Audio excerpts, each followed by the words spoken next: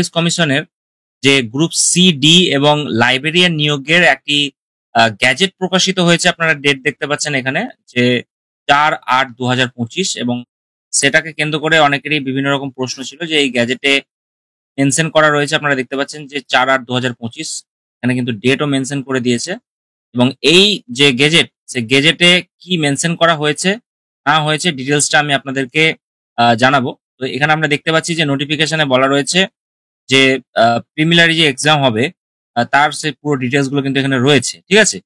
১ নম্বরে আমরা দেখতে পাচ্ছি যে আ কোয়ালিফিকেশন গুলো দিয়েছে।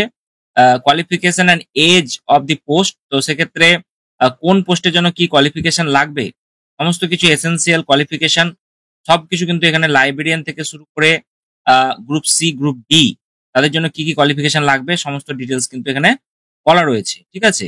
তো এখানে আমরা দেখতে পাচ্ছি যে ম্যানার অফ সিলেকশন ও কিন্তু বলা রয়েছে নন টিচিং স্টাফ যারা রয়েছে তাদের জন্য এবং তার পাশাপাশি সাবমিশন অফ অ্যাপ্লিকেশন কিভাবে করবেন, ফর্ম অফ অ্যাপ্লিকেশন, অ্যাডভার্টাইজমেন্ট কবে কি এই বিষয়গুলো নিয়ে কিন্তু আ বলা রয়েছে। ঠিক আছে? তো ১ম এ আমরা চলে যাব যে নতুনভাবে যে সিলেকশন প্রসেসটা হতে চলেছে সেটা কিন্তু অবশ্যই ওএমআর বেস এক্সাম হবে এবং তার পাশাপাশি এখানে আ বিষয়গুলি কিন্তু এক করে দেওয়া রয়েছে। সিলেবাস থেকে শুরু করে সমস্ত কিছু।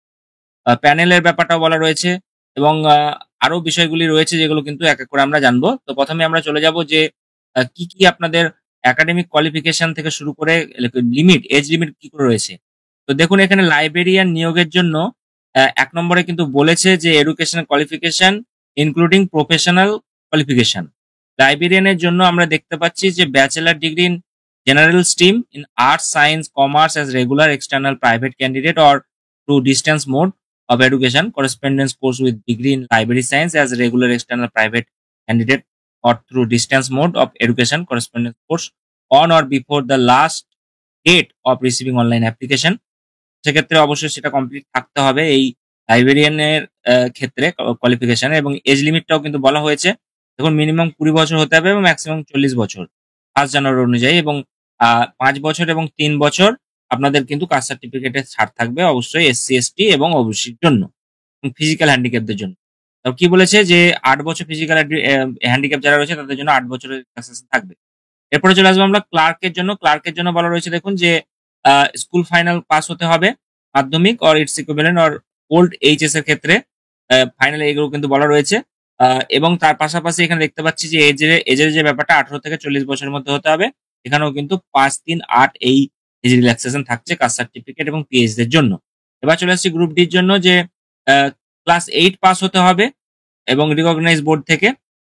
আর এখানে বলা রয়েছে ১৮ থেকে ৪০ বছরের মধ্যে এবং সেম ভাবে কিন্তু ৫, ৩, ৮ এগুলো কিন্তু বলা রয়েছে এজ রিল্যাক্সেশন। অর্থাৎ ৩ টে ক্ষেত্রেই এডুকেশন কোয়ালিফিকেশন পাশাপাশি এজ লিমিট কিন্তু বলে দিয়েছে লাইব্রেরিয়ান, ক্লার্ক এবং গ্রুপ ডি এর ক্ষেত্রে।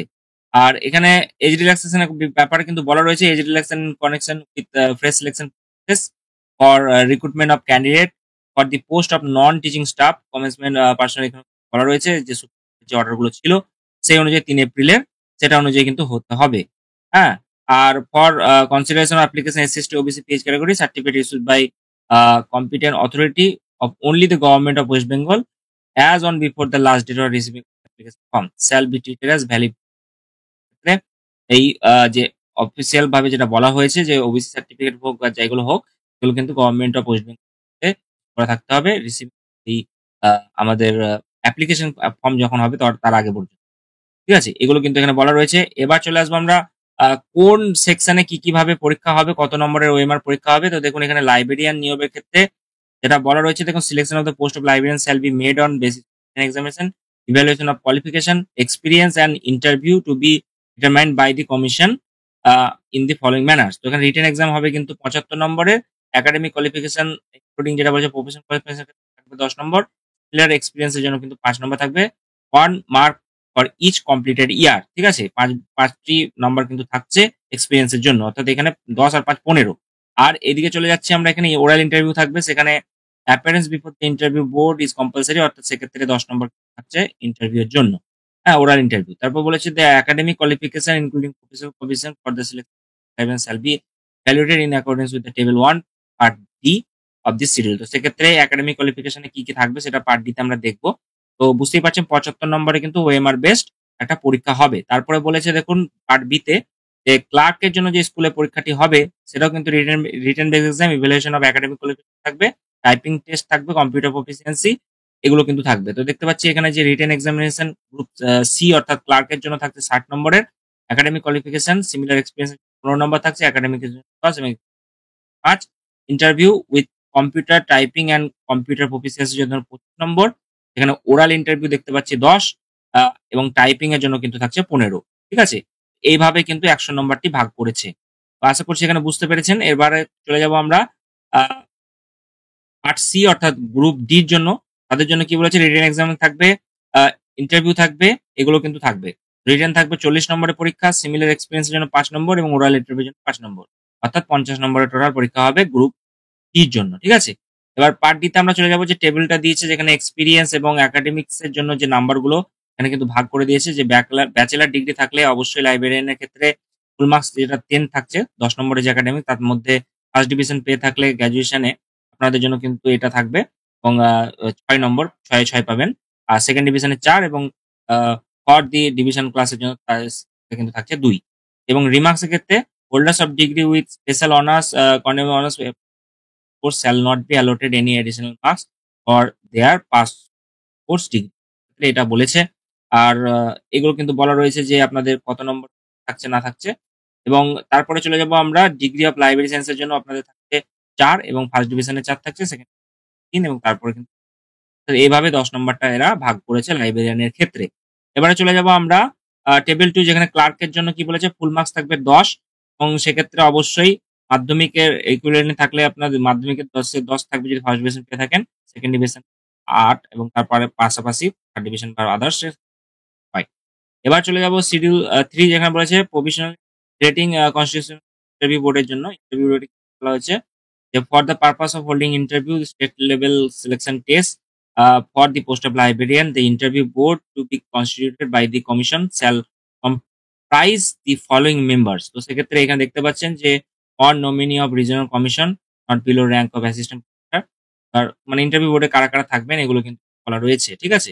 আর শিডিউল 4 এ বলেছে দেখুন যে প্রভিশন যে counselling of for recommendation name of the post of non teaching staff counselling এর সময় কি কি ব্যাপারগুলো থাকবে এখানে কিন্তু এখানে কিন্তু এই লাস্টের এখানে দেখতে পাচ্ছি। সাইন করা রয়েছে আমরা দেখতে পাচ্ছি। এটি গভর্নমেন্ট অফ বেঙ্গল তার কিন্তু সাইন রয়েছে। এবার চলে যাব আমরা যে এমসিকিউ প্যাটার্নের পরীক্ষা-টরীক্ষাগুলোর ব্যাপার বলেছে, সেগুলো নিয়ে কি, কি বিষয় এখানে কিন্তু করা রয়েছে না রয়েছে, সেগুলো নিয়ে কিন্তু একটু আলোচনা করব। তো এখানে আমরা দেখতে পাবো যে ওএমআর বেস অবশ্যই পরীক্ষা হবে। হ্যাঁ? তার পাশাপাশি আর কি, কি বলেছে দেখব যে selection of the candidate and preparation for panel for the post of group D স্টাফের জন্য কি করে হবে। তো এখানে বলেছে যে the central commission shall on receive information about indicative vacancies of the post of group staff advertise for each such vacancy region wise, medium wise and gender wise with qualification. এখানে বলেছে শিডিউল 1 এ কিন্তু সেটা বলেছে কিভাবে হবে। আর after receiving online application the central commission shall prepare a database of applicant after a preliminary scrutiny of the age qualification এগুলো কিন্তু দেখে তারপরে কিন্তু ওএমআর বেস তারা তৈরি করবে। তারপরে বলছে the central commission the admit card of written exam shall be issued the central commission. তো এগুলো কিন্তু তারপরে প্রকাশ করবে।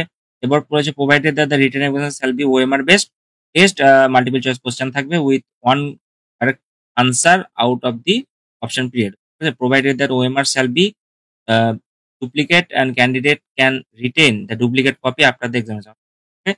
যে ওএমআর কপিটা থাকবে সেটা কিন্তু তারপরে এরা নিয়ে যেতে পারবে। কাট অফ এর ব্যাপারটা বলেছে ফর কি বলেছে যে এটা কোন এক্সামের ক্ষেত্রে দেখবো আমরা?